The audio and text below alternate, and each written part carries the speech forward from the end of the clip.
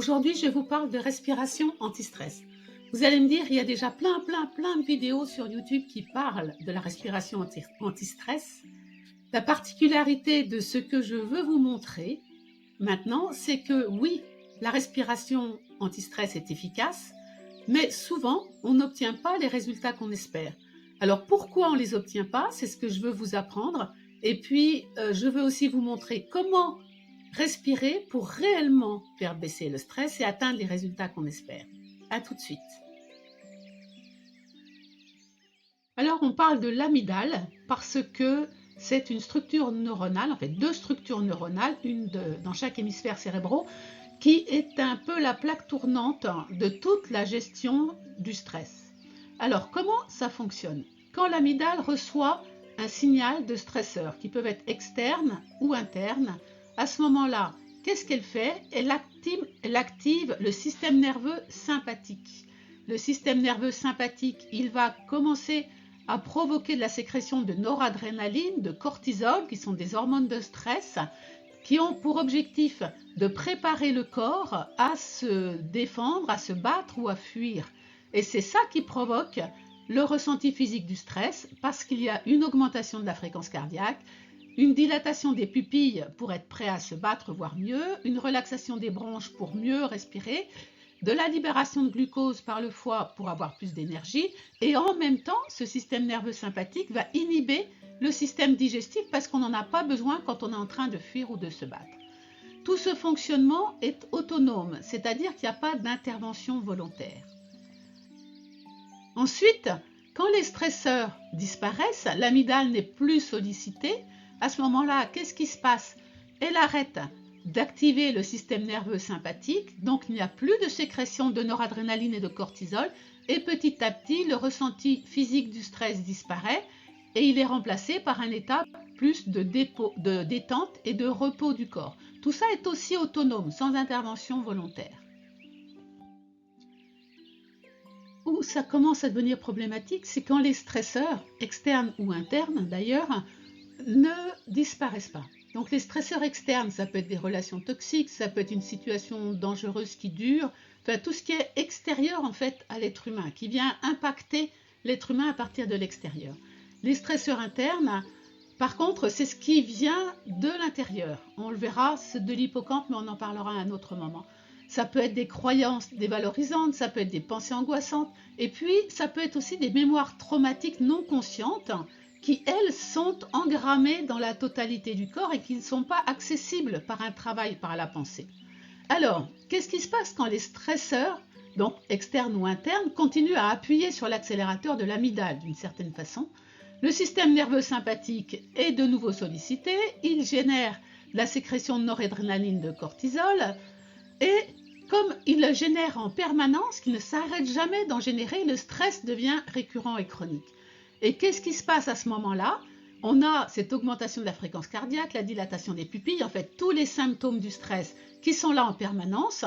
Le corps s'habitue finalement à ça, mais ça lui demande énormément d'énergie.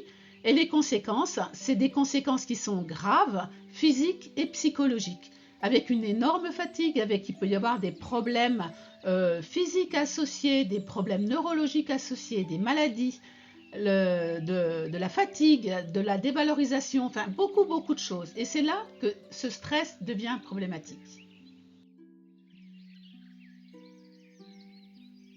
On vient de voir que le stress, c'est quelque chose de bon qui nous prépare à l'action et que ça devient problématique quand le stress chronique s'installe parce qu'on n'arrive pas à faire retomber les stresseurs et du coup, le système nerveux sympathique reste en permanence activé et fatigue extrêmement le corps.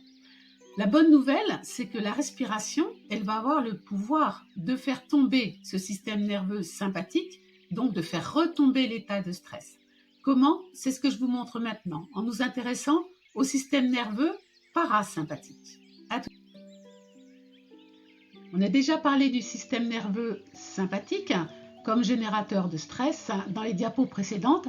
Maintenant, pour compléter le système nerveux autonome, on va parler du système nerveux parasympathique. C'est un peu l'inverse du système nerveux sympathique. Il va déclencher la sécrétion d'autres hormones qui sont l'ocytocine, l'hormone de l'attachement, des endorphines qui sont dans le bien-être, de la mélatonine qui calme, des DHEA qui permettent la régénération cellulaire. Et la conséquence, c'est qu'on a un ressenti physique de détente, de repos. Le corps s'auto-répare en fait quand il est sous le contrôle du système nerveux parasympathique. Ça régule la fréquence cardiaque, ça diminue l'inflammation, le système digestif se remet en route, c'est une régulation de l'humeur, de l'anxiété, ça améliore les relations sociales et c'est un bien-être général. C'est deux systèmes qui sont presque antipathiques, ils ne peuvent pas marcher les deux en même temps. Quand le système nerveux parasympathique est sollicité, est activé, à ce moment-là, le système nerveux sympathique tombe, il s'arrête.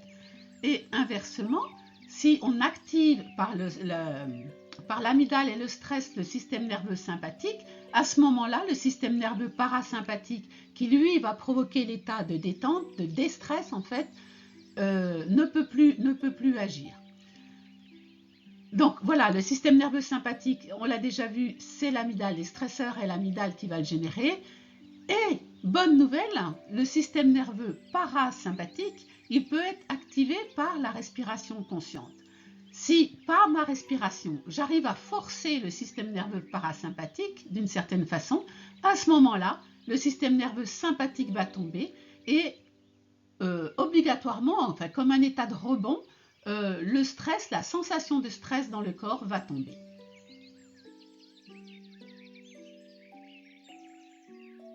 Respirer est donc un bon moyen de diminuer le stress. Pourquoi ça ne marche pas aussi bien qu'on le voudrait? Tout simplement parce que suivant la manière dont on respire, on active soit le système sympathique, qui est générateur de stress, soit le système parasympathique, qui lui est générateur de détente et de calme.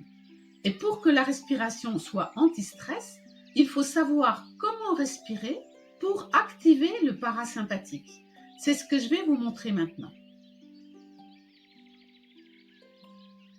D'abord, on va s'intéresser à l'inspiration et à l'expiration. L'inspiration, qu'est-ce qui se passe? Le diaphragme se contracte, il s'abaisse, les muscles intercostaux se contractent aussi. En se contractant, ils élargissent la cage thoracique et remontent un petit peu les côtes. La conséquence de tout ça, c'est que les poumons ont plus de place, la pression du coup à l'intérieur des poumons est plus faible que la pression extérieure et ça facilite l'inspiration. Donc l'inspiration est une action et cette action d'inspirer active le système sympathique. L'expiration, maintenant, c'est le mouvement inverse. Le diaphragme qui était contracté se relâche en remontant. Les muscles intercostaux qui étaient contractés se relâchent aussi, ce qui rétrécit la cage thoracique, ce qui fait que tout ce rétrécissement des poumons, finalement, expulse l'air vers l'extérieur. Donc l'expiration, c'est plutôt passif, c'est une détente. Et comme c'est une passive détente, c'est l'activation du système parasympathique. On va regarder maintenant comment on peut jouer sur la respiration en jouant sur les inspirations et les expirations. On va commencer avec 5 secondes d'inspiration, 5 secondes d'expiration, c'est le rythme de la cohérence cardiaque. Qu'est-ce qui va se passer à ce moment-là? On sollicite le système nerveux sympathique pendant 5 secondes, le système nerveux parasympathique pendant 5 secondes. On arrive à un équilibre du système nerveux. On regarde maintenant comment on peut jouer sur le temps d'inspiration et le temps d'expiration. Là, on va prendre un exemple avec 7 secondes d'inspiration et 3 secondes d'expiration. Qu'est-ce qui va se passer? On active le système sympathique 2 fois plus que le système parasympathique, donc notre système nerveux est déséquilibré dans le sens du stress. On va regarder maintenant si on déséquilibre la respiration dans l'autre sens, avec une expiration plus longue que l'inspiration. À ce moment-là, qu'est-ce qui va se passer? On aura plus de sollicitation du parasympathique, ce qui fait qu'on va aller vers un système qui sera plus du côté de la détente, moins de stress, plus de récupération. C'est ce qu'on appelle la respiration anti-stress. Alors attention, là il y a un point important par rapport à cette respiration anti-stress. Le point important, c'est que chaque fois qu'on fait un effort pour tenir cette respiration anti-stress avec une expiration plus longue que l'inspiration, on rebascule sur le système sympathique générateur de stress. Et à ce moment-là, évidemment, la respiration anti-stress, elle ne procure pas les effets espérés. Alors, qu'est-ce qu'il faut faire? Si c'est difficile de tenir une expiration longue avec une inspiration plutôt courte, on va revenir sur quelque chose de plus confortable, par exemple en inspirant pendant 3 secondes et en expirant pendant 5 secondes seulement. C'est beaucoup plus important d'avoir une respiration confortable, ventrale, abdominale, sans effort, que de tenir une expiration plus longue parce qu'on a dit que plus l'expiration serait longue, plus ce serait anti-stress.